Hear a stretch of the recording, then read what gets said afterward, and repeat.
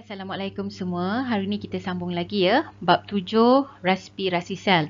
Sebelum ni saya dah terangkan serba sedikit tentang penghasilan tenaga melalui respirasi sel, yang mana saya dah terangkan secara sekali lalu, iaitu terdapat dua jenis tindak balas, iaitu tindak balas anabolism dan juga katabolism.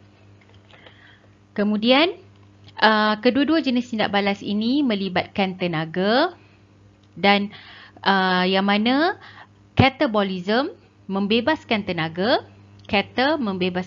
tenaga, manakala anabolism menggunakan tenaga. Yang ini saya dah explain dan beri contoh yang boleh kamu gunakan untuk membezakan antara katabolism dan juga anabolism.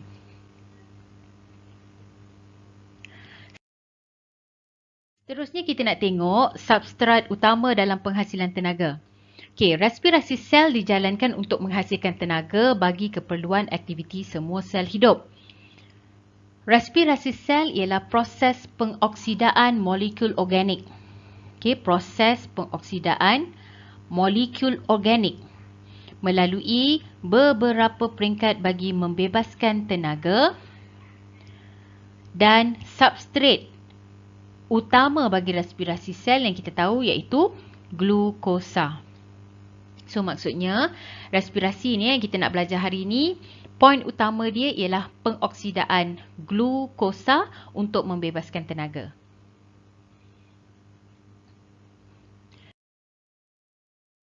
Substrat utama dalam penghasilan tenaga, tenaga kimia yang terdapat di dalam glukosa dibebaskan untuk menghasilkan tenaga yang diperlukan oleh sel.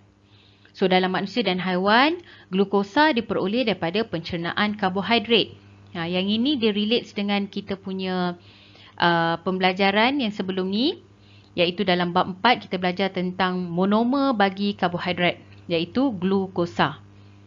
So sekarang ni manusia dan haiwan memperolehi makanan melalui pencernaan karbohidrat, iaitu karbohidrat dalam bentuk kompleks dicernakan kepada monomernya iaitu glukosa. Di dalam tumbuhan hijau, tenaga cahaya diperangkap oleh klorofil untuk menjalankan proses fotosintesis untuk menghasilkan glukosa. Okey, ada dua jenis respirasi sel yang kamu kena tahu, iaitu kita ada respirasi aerob dan juga respirasi anaerob. Respirasi aerob berlaku dengan adanya oksigen. Aerob. Jadi ada oksigen. Manakala anaerob tanpa oksigen. Itu beza dia. Anaerob dengan aerob. Satu ada oksigen, satu lagi tanpa oksigen. Okey, kemudian kita tengok pula fermentasi, iaitu laluan alternatif untuk mendapatkan tenaga selain daripada respirasi sel. Okey, fermentasi. Dalam fermentasi, berlaku proses penguraian glukosa. Tetapi, ia tidak berlaku secara lengkap. Okay? Contoh seperti aerob tadi, dia berlaku dengan kehadiran oksigen secara lengkap. Tetapi untuk fermentasi, dia tidak berlaku dengan lengkap dalam keadaan oksigen yang terhad atau tanpa oksigen. Okay, itu beza dia.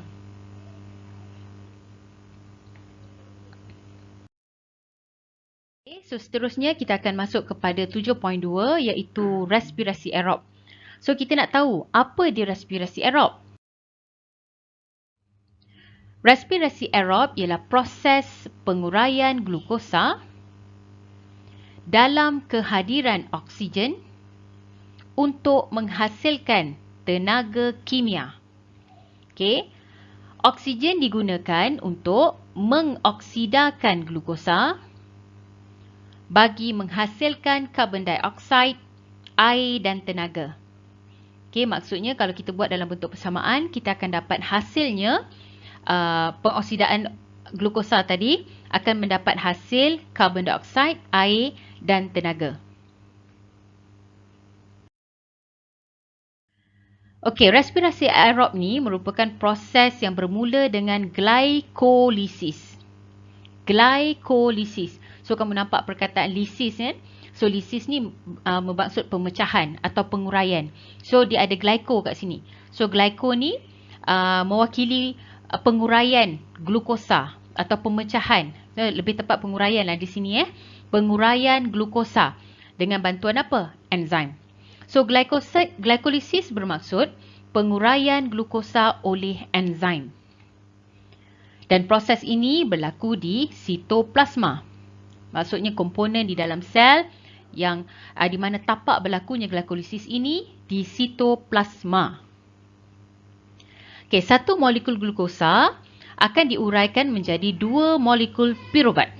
Okey, 2 molekul piruvat.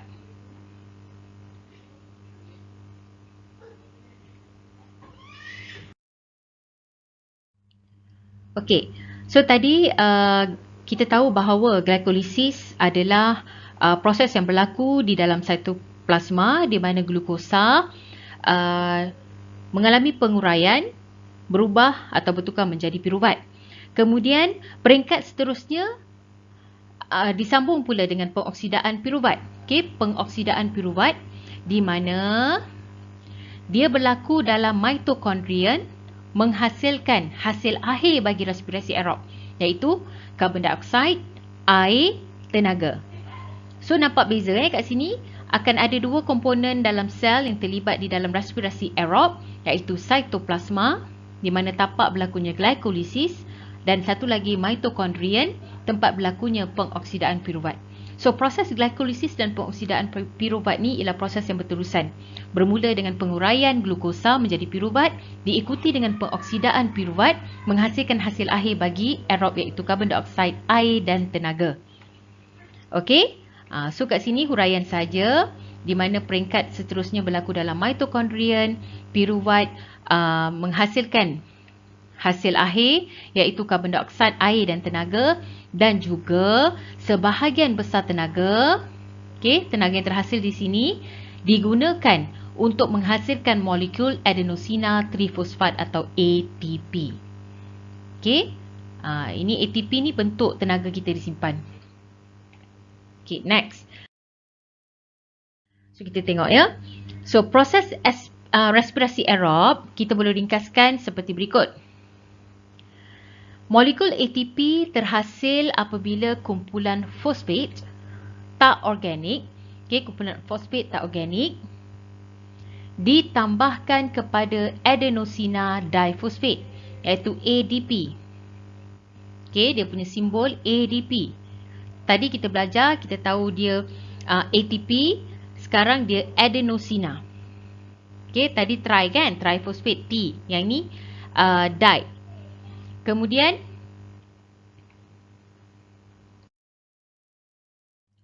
ATP mempunyai satu ikatan fosfat yang lemah. So ATP ni dia akan mempunyai satu ikatan fosfat yang lemah, menyebabkan apabila ikatan fosfat pada ATP ni diputuskan, tenaga yang terbebas dibekalkan kepada sel untuk membantu kita menjalankan aktiviti harian. Maksudnya tindak balas tadi dia mula tadi disimpan kan, ADP dengan fosfat menyimpan tenaga dalam bentuk ATP. So apabila tenaga digunakan atau ingin dibebaskan, ikatan ATP tadi akan memutuskan ikatan fosfat dan menyebabkan tenaga terbebas dan ATP tadi menjadi ADP dan fosfat. Tadi dia tri sebab dia ada satu lagi fosfat. So sekarang bila dah terurai satu ikatan fosfat, dia jadi ADP, di, 2. So proses keseluruhan pengoksidaan glukosa kita ringkaskan seperti berikut. Bermula daripada glukosa dengan oksigen tadi, bermula dengan pengoksidaan glukosa, bermula dengan glycolysis. Glycolysis iaitu glukosa diuraikan kepada piruvat. Kemudian dengan kehadiran oksigen berlaku pengoksidaan menghasilkan karbon dioksida, air dan juga tenaga. Dan yang penting di sini ialah nilai tenaga bagi proses respirasi aerob. kamu akan dapati nilainya 2898 kilojoule. Ni kena hafal lah ni 2898 kilojoule ni satu nilai yang besar. So tenaga nanti kita bandingkan dengan respirasi anaerob, kamu akan dapati perbezaan tenaga. Okey. So settle ya untuk proses keseluruhan pengoksidaan glukosa dalam respirasi aerob. Okey, seterusnya kita akan sambung kepada 7.3 fermentasi. Okey, kalau kita dekat sekolah ni, kita bersemuka, kita akan buat satu aktiviti eksperimen untuk mengkaji respirasi aerob dengan menggunakan kapur soda. So yang tu kita harap bila kita bersemuka nanti, kita akan proceed lah dengan eksperimen tu untuk tingkatkan lagi pemahaman kamu. So hari ini kita sambung dulu, kita belajar asas atau teori untuk seterusnya bagi fermentasi. 7.3. Okey, sebelum tu kita nak tahu dulu, apa dia fermentasi? So, fermentasi ialah proses penguraian glukosa. Okey, masih lagi istilahnya sama dengan aerob, masih lagi penguraian glukosa, tetapi dia ada tambahan kepada tidak lengkap. Dengan keadaan oksigen terhad atau tanpa oksigen. Maksudnya oksigennya sikit lah ya, berbanding dengan keperluan oksigen semasa aerob. Fermentasi dia berbeza daripada respirasi aerob dalam laluan metaboliknya selepas peringkat glikolisis. Maksudnya, seperti aerob, fermentasi juga ada glikolisis. Apa dia glikolisis? Penguraian glukosa kepada piruvat. Yang tu ada. Kedua-dua aerob dan fermentasi ada glikolisis. Selepas glikolisis, piruvat terhasil akan menjalani sama ada fermentasi alkohol atau fermentasi laktik. Ini yang membezakan antara aerob dengan fermentasi. Di mana kalau tadi glikolisis menghasilkan piruvat, piruvat terus menghasilkan, menjalankan pengoksidaan, menghasilkan karbon dioksida, air dan tenaga. Berbeza dengan respirasi, untuk fermentasi, piruvat akan terhasil sama ada melalui fermentasi alkohol atau fermentasi asid laktik. So ada dua yang kamu kena tahu kat sini ya. Okey, tadi kita dah tahu bahawa fermentasi adalah proses penguraian glukosa tidak lengkap dalam keadaan oksigen terhad atau tanpa oksigen.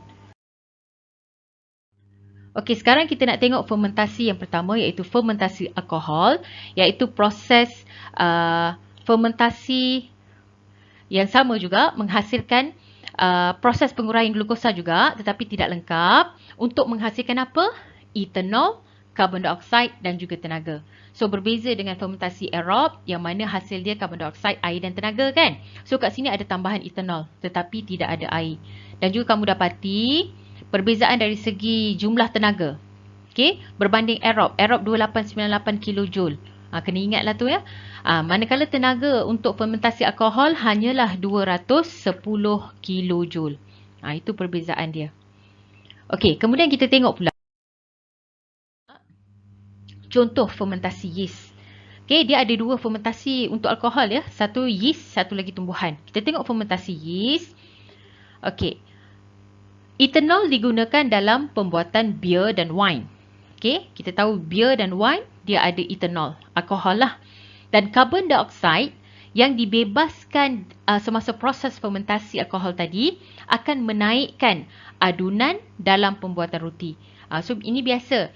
Kalau kamu biasa tolong parents, tolong mak buat roti, buat donat, mak suruh beli yeast kan, moripan. Ada jenama saf, itu jenama. Moripan tu semua jenama. So dia adalah kumpulan yeast, serbuk yeast. So kita boleh gunakan serbuk yeast ni untuk menaikkan adunan dalam pembuatan roti. Kemudian kita ada juga aplikasi fermentasi di dalam tumbuhan. Iaitu contoh yang paling mudah kita ambil ialah pokok padi.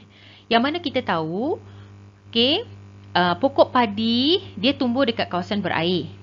Okay, mungkin kamu ada yang pernah pergi ke sawah padi atau budak bandar kan, budak KL biasanya tak pergilah. Kamu biasa tengok je lah, tengok dekat buku, tengok dekat majalah, dekat TV, okay, drama kan. Kalau kamu perhatikan, pokok padi dia tumbuh dekat kawasan berair. So kawasan berair ni kita katakan dia kekurangan oksigen. Macam kawasan paya bakau dia kekurangan oksigen. So apabila adaptasi yang dilakukan untuk padi ni supaya dia dapat tumbuh segar adalah dia menjalankan fermentasi alkohol. Fermentasi alkohol. So etanol yang dihasilkan dalam proses fermentasi dia bersifat toksik. Bersifat toksik kepada kebanyakan tumbuhan. Tetapi untuk pokok padi, dia ada keistimewaan iaitu toleransi yang tinggi terhadap etanol berbanding spesies. So maksudnya toleransi yang tinggi ni dia punya adaptation lah, penyesuaian dia kepada sifat toksik dalam fermentasi itu. So sebab tu dia membolehkan dia hidup di dalam kawasan berair. So sebab apa? Pokok padi ni juga dia menghasilkan banyak enzim alkohol yang kita namakan dehydrogenase. Apa function dehydrogenase? Menguraikan molekul etanol kepada karbon dioksida yang tidak toksik. Sebab tu ni adaptation atau penyesuaian yang dibuat oleh pokok padi yang menyebabkan dia boleh adapt atau bertoleransi dengan etanol. Kalau tumbuhan lain tak boleh. Dia boleh. Sebab apa? Sebab dia ada enzim alkohol dehydrogenase. Alkohol dehydrogenase. Apa function alkohol dehydrogenase? Menguraikan etanol kepada karbon dioksida yang tidak toksik.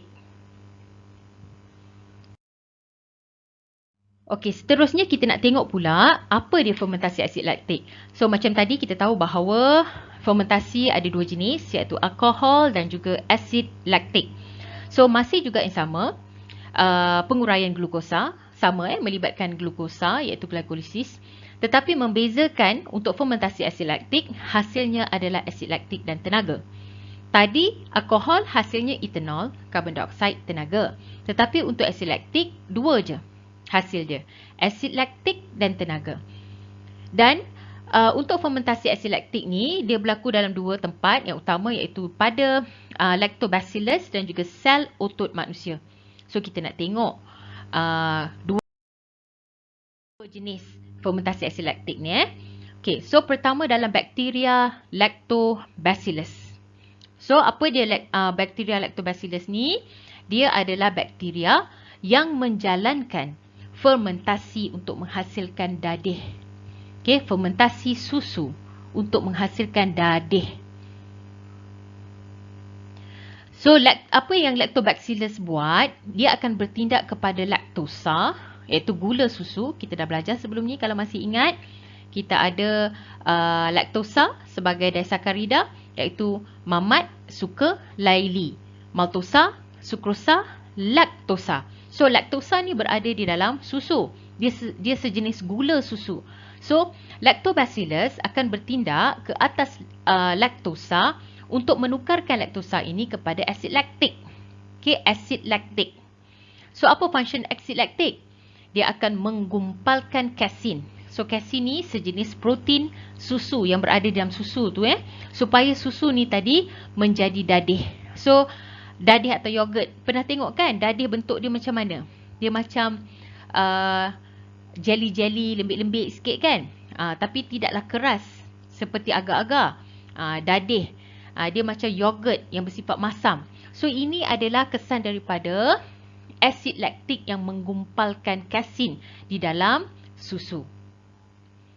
So terhasillah dadih, terhasillah yogurt. So kamu kepelbagaianlah di dalam makanan kita.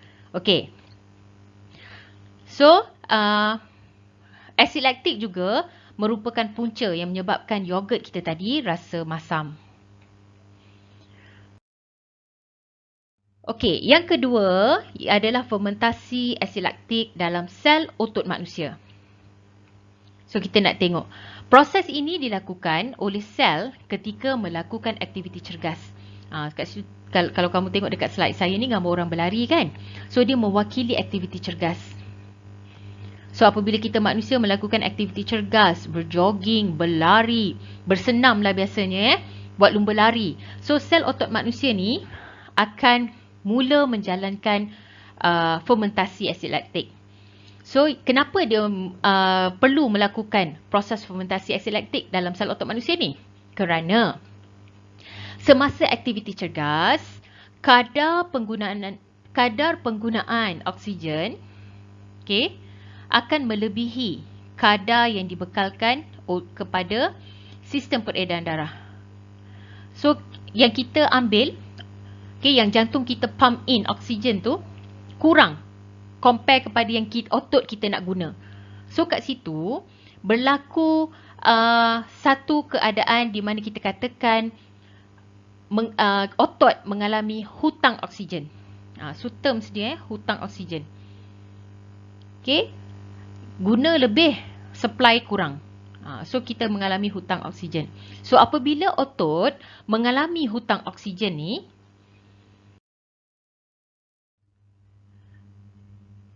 menyebabkan kita kata oksigen tadi kurang atau tanpa oksigen. Sebab kita back kepada respirasi anaerob ataupun fermentasi asid laktik ni dia dalam kumpulan lah, boleh dikatakan dalam kumpulan anaerob lah juga ya. Fermentasi ni tadi kan kalau kita tengok back kepada dia punya definisi asal tu, dia berlaku dalam keadaan oksigen terhad atau tanpa oksigen. So, apabila sel otot manusia ni mengalami hutang oksigen, maksudnya dia kurang oksigen atau oksigen terhad. So, glukosa tidak dapat diuraikan sepenuhnya. Tu yang jadi tak lengkap tu. Glukosa tidak dapat diuraikan sepenuhnya. Tu istilah dia tulis tak lengkap. Ini sebabnya.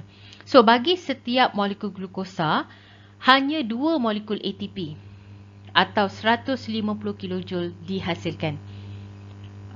Compare aerob, biasanya aerob yang kita buat biasanya 2898. Tapi untuk sel otot manusia, fermentasi dia hanya 150 kJ tenaga. Sedikit, hanya 2 molekul ATP. So, asid laktik yang terkumpul semasa proses fermentasi tadi, penguraian glukosa tadi menyebabkan pengumpulan asid laktik, dan apabila asid laktik yang dihasilkan tadi terkumpul hingga mencapai satu kepekatan, otot akan menjadi lesu. Otot menjadi lesu dan berlakunya kekejangan otot. Ini yang selalu berlaku kepada pelari-pelari, pelumba-pelumba. Terdapat, tak semua terdapat yang masa lari berlaku kekejangan otot. Ni kerana dia menggunakan otot dia semaksimum mungkin, tetapi oksigen yang disupply kepada otot itu tak sampai, tak cukup. So, menyebabkan otot tu kekurangan oksigen, berlaku pengumpulan asid laktik, maka menghasilkan kekejangan otot. So, apa yang perlu dilakukan? Dia kena stop lah bila dah ada kekejangan otot tu. Apa yang perlu dilakukan? Setelah aktiviti cergas berhenti, dah stop. Pengambilan oksigen berlebihan akan mengoksidakan asid laktik. So, macam mana dia nak buat yang dikatakan pengambilan oksigen berlebihan ni? So, cara dia bernafas secara tercungap-cungap. So, kamu tengok kan orang lepas berlari, penat, even jogging, bersenam, melompat pun dia akan tercungap-cungap. Kan, dengar nafas dia kan. Terus untuk apa? Untuk pump in lebih banyak oksigen. Untuk memasukkan lebih banyak oksigen supaya pengambilan oksigen tu jadi berlebihan. So, dia boleh mengoksidakan asid laktik tadi terkumpul dekat otot. Mengoksidakan asid laktik kepada karbon dioksida, air dan tenaga. So, back kepada hasil akhir respirasi aerob. Respirasi aerob tadi hasil dia karbon dioksida, air dan tenaga kan. So, sama juga fermentasi otot. At the end, kamu akan dapat hasil yang sama, tetapi tenaganya berkurang. Sebab dia digunakan untuk pengoksidaan asid laktik dulu. Otot dah lesu, dah mengalami kekejangan. Kadang-kadang tak juga mengalami kekejangan. Dia sekadar otot lesu, otot rasa lenguh. Jadi kita bantu dengan membekalkan lebih banyak oksigen dan kena relax.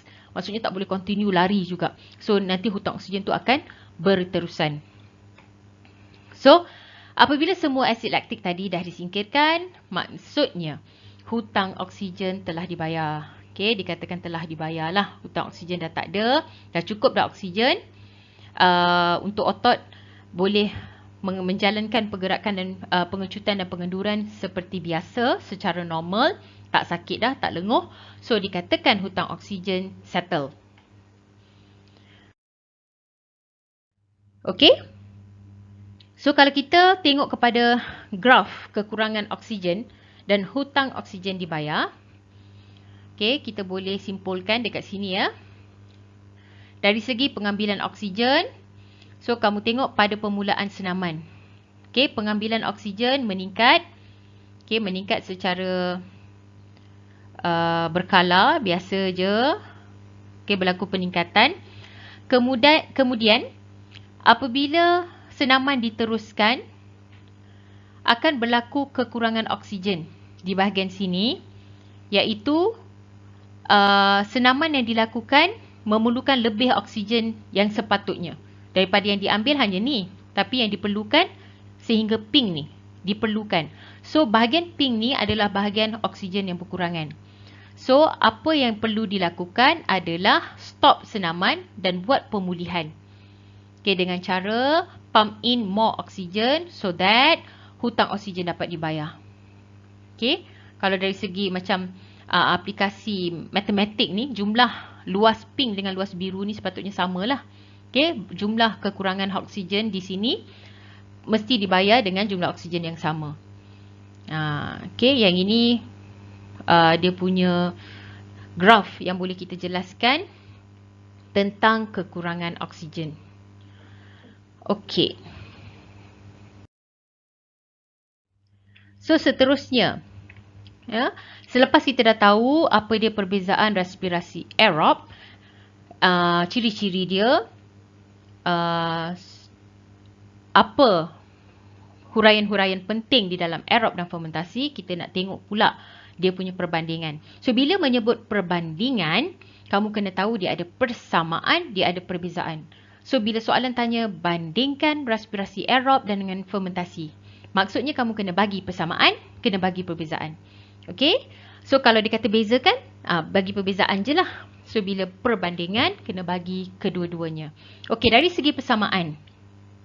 So kita dah tahu, kita tengok dua-dua memang ada glycolysis, iaitu penguraian glukosa.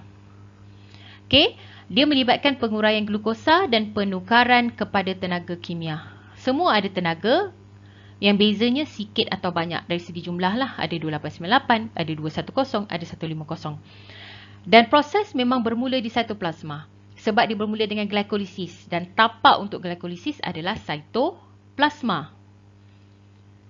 Okay. Kemudian, dia berlaku dalam yeast, bakteria, haiwan dan tumbuhan. Kedua-duanya. Aerob berlaku juga dalam yeast, berlaku juga dalam bakteria dan haiwan tumbuhan secara normal. Tetapi apabila dia mengalami kekurangan oksigen, barulah dia menjalankan fermentasi. So, kedua-duanya ada aerob, ada fermentasi. Dan proses bermula dengan glycolysis apabila glukosa ditukarkan kepada piruvat. Maksudnya kedua-duanya ada glycolysis, iaitu penguraian glukosa. Dan persamaan kelima, dia menghasilkan tenaga kimia dalam bentuk ATP. Okey? Dalam bentuk ATP. Tenaga dia ada sama dalam bentuk ATP, cuma jumlah saja berbezalah. So maksudnya ni lebih detail. Persamaan kalau kita huraikan satu persatu dengan lebih detail, kita boleh cakap tentang jumlah atau bilangan ATP yang berbeza. Kita tengok pula perbezaan. Sekarang kita nak tengok perbezaan pula antara respirasi aerob dan fermentasi. So apabila kita menghuraikan perbezaan, kita boleh buat perbezaan tu dalam bentuk jadual. Tetapi kena ingat bahawa jadual itu bila kita buat dalam bentuk row macam ni, pastikan setiap row tu kita membezakan dengan kriteria yang sama. Contoh yang pertama tadi kan, aerob kita nak bezakan dari segi penguraian glukosa. Kita tahu aerob berlaku secara lengkap. Tapi fermentasi tidak lengkap. Aerob dengan kehadiran oksigen, manakala fermentasi tanpa kehadiran oksigen. Okey, yang ini Untuk tapak, kita tahu kedua-duanya berlaku glikolisis, iaitu glikolisis tu berlaku di cytoplasma. Tetapi untuk fermentasi tidak berlaku pengoksidaan piruvat untuk menghasilkan karbon dioksida, kan? Sebaliknya untuk aerob, dia berlaku pengoksidaan piruvat di mitokondrian. Sebab itu di respirasi aerob dia ada cytoplasma dan mitokondrian, manakala fermentasi tidak ada mitokondrian. Okey. Kemudian dari segi hasil akhir pula. Kalau kita perhatikan untuk hasil akhir bagi respirasi aerob, kita ada karbon dioksida, air dan tenaga. Tetapi untuk fermentasi walaupun dia fermentasi alkohol, dia tetap tak ada air sebab dia ada etanol, karbon dioksida dan tenaga. Manakala fermentasi asid laktik pula, dia hanya ada asid laktik dan tenaga. So kedua-dua fermentasi untuk alkohol dan asid laktik ni, dua-dua tak ada hasilkan air. Okey. Dan kemudian yang keempat, dari segi pengoksidaan glukosa, terus kepada hasil pengoksidaan glukosa secara lengkap menghasilkan karbon dioksida dan air, manakala glukosa pada fermentasi secara tidak lengkap, dia menghasilkan sama ada etanol, karbon dioksida atau asid laktik. Okey, tapi asid laktik ni at the end akan jadi karbon dioksida juga, kan? Asid laktik ni bila hutang oksigen telah selesai, telah berjaya diselesaikan, kan? Dalam keadaan pemulihan tu, so asid laktik yang terkumpul tu akan dioksidakan semula kepada karbon dioksida. Kemudian satu molekul glukosa, yang ni kena ingatlah, 2898. Aerob, kalau boleh kena hafal lah ya. Okey, sekarang mungkin tak hafal, tapi bila kamu dah get used, kamu akan ingat nombor dia. Untuk aerob 2898 kilojoule. Untuk fermentasi alkohol 210. Untuk fermentasi asid laktik 150 kilojoule. So, nampak So, setiap row ni dia membezakan antara aerob dengan fermentasi berdasarkan kriteria yang sama. Okey. So, ini cara dia lah bila kita nak menjawab soalan berkaitan perbandingan. Okey.